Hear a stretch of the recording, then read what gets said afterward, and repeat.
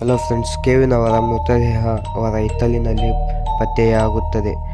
ಅವನನ್ನು ಯಾರೋ ಕೊಲೆ ಮಾಡುತ್ತಾರೆ. ಕೊಲೆ ಮಾಡುವಾಗ ಅವನು ಬಾರ್ಬೆಕ್ಯೂ ತಯಾರಿಸುತ್ತಿದ್ದನು.